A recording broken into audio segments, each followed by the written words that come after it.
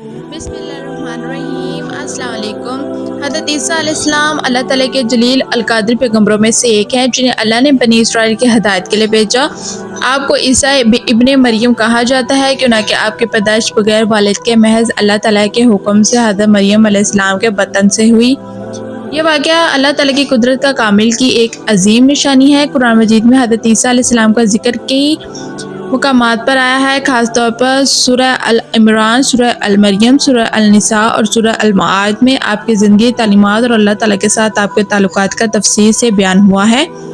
हज़रत ईसा अलैहिस्सलाम की पैदाइश का जिक्र हज़रत मरियम अलैहिस्सलाम के बगैर मुकम्मल नहीं हो सकता। हज़रत मरियम एक नेक, पाक दामन और अल्लाह की फरमाबरदार बंदी थी।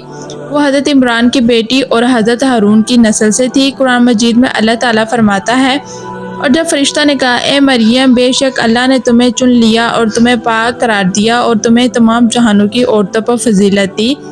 हज़रत मरियम अलैहिस्सलाम इबादत में मसरूफ़ थी। अल्लाह ताला ने हज़रत जिब्राइल अलैहिस्सलाम को इनके पास भेजा और इन्हें खुशखबरी दी, मैं तेरे रब का भेजा हुआ हूँ ताकि तुझे एक पकीदा लड़का अता करूँ। हज़रत मरियम अलैहिस्सलाम हैरान हुई, बगैर शोर के ये कैसे मुमकिन है? तो फरिश्ता ने फरमाया, इस तरह ही होगा, तेरे रब ने कहा है, ये मेरे लिए आसान है। हज़रत ईसा अलैहिस्सलाम की पैदाइश के बाद ही अल्लाह ताला ने इनको मौजज़ात के साथ दुनिया में भेजा। बचपन ही में इन्होंने लोगों से खिताब किया और कहा, मैं अल्लाह का बंदा हूँ, इसने मुझे किताबें अता की है और मैं नबी बनाया। हज़रत ईसा अलैहिस्सलाम के कई मौजज़ात देखे, जैसे अंधों और कोड़ियों को शिफा, मुर्दों को ज़िंदा करना, मिट्टी के परिंदे बनाकर उनमें जान डालें, सब मौजज़ात अल्लाह के हुक्म से हुए थे। हज़रत ईसा अलैहिस्सलाम ने जब सन शाऊर को पहुंचा तो अल्लाह ने इन्हें नबूवत अता फरमाई।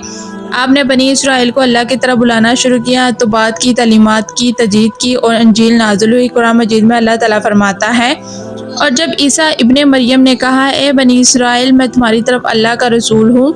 हज़रत ईसा अलैहिस्सलाम ने तौहीद की दावत दी, शिर्क, रियाकारी, दुनिया परस्त और दीनी तहरीफात के खिलाफ आवाज़ बुलंद की। उन्होंने लोगों को रूहानी पकीदगी, अखलाकी बुलंदी और अल्लाह के कुर्ब की तरफ बुलाया।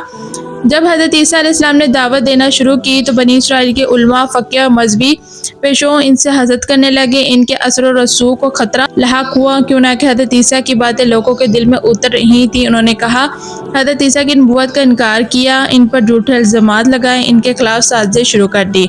अल्लाह ताला ने हज़रत ईसा अलैहिस्सलाम की मदद के लिए कुछ मुखलिस साथी अता किए, जिन्हें हवारियन कहा जाता है। कुरान में जब यहूदी उलमा ने देखा कि हज़रत ईसा अलैहिस्सलाम की दावत तेज़ी से फैली, उन्होंने रोम के गवर्नर बतूनियस पिलातुस को हज़रत ईसा के खिलाफ भड़काया। उन्होंने हज़रत ईसा को फितना परवा, बादशाही का दावेदार और कौम की बागी करार दिया ताकि वो रोमन हुकूमत इनको सूली दे।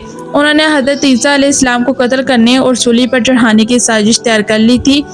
ये वाक़या वो मुकाम है जहाँ कुरान मजीद में हज़रत ईसा आसमान पर ज़िंदा उठाए जाने की खबर देता है, और उन्होंने ना सिर्फ इसे कत्ल किया और ना ही सूली दी, बल्कि इनके लिए शुबा पैदा कर दिया गया था, बल्कि अल्लाह ने इन्हें अपनी तरफ उठा लिया और अल्लाह गालिब हिकमत वाला है। हज़रत ईसा को ना सूली दी गई, ना कत्ल किया गया, बल्कि अल्लाह ने इनको आसमान पर ज़िंदा उठा लिया।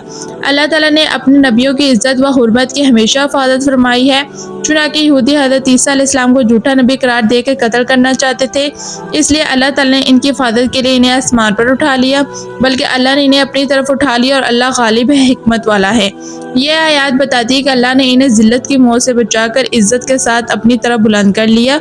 साओ ने हज़रत ईसा अलैहिस्सलाम के बारे में 3 बड़े गलत अकीदे बयान किए। ईसा खुदा है, ईसा अल्लाह का बेटा है, ईसा सलीब पर चढ़ेंगे और कुर्बानी के तौर पर मरेंगे। कुरान मजीद में इन तमाम अकायद की सख्ती से तरदीद करता है। हज़रत ईसा को ज़िंदा उठाना इनके झूठे अकायद के रद्द के लिए था। अगर वो सूली पर मरते तो इनके खुदाई के दावे को तक़वत मिलती, मगर अल्लाह ने इन्हें ज़िंदा उठाकर वजाहत कर दिया कि वो इसके नबी हैं, ना कि खुदा या खुदा का बेटा है। हज़रत ईसा अलैहिस्सलाम को ज़िंदा आसमान पर इसलिए उठाया गया ताकि वो क़यामत के करीब दोबारा ज़मीन पर तशरीफ़ लाएं और एक अजीम फ़राइज़ सर अंजाम दें। वो दज्जाल को कत्ल करेंगे, सलेब को तोड़ देंगे, एक खंजीर को कत्ल कर देंगे, इस्लाम को गालिब करेंगे, इंसाफ से दुनिया पर हुकूमत करेंगे। اللہ کی قسم ضرور حضرت عیسیٰ علیہ السلام بن مریم نزول ہوگی اور انصاف کے ساتھ حکومت کرے گی۔ حضرت ابو حریر رضی اللہ عنہ سے روایت ہے کہ رسول صلی اللہ علیہ وسلم نے فرمایا اللہ کی قسم ضرور حضرت عیسیٰ بن مریم نازل ہوں گے اور انصاف کے ساتھ حکومت کریں گے۔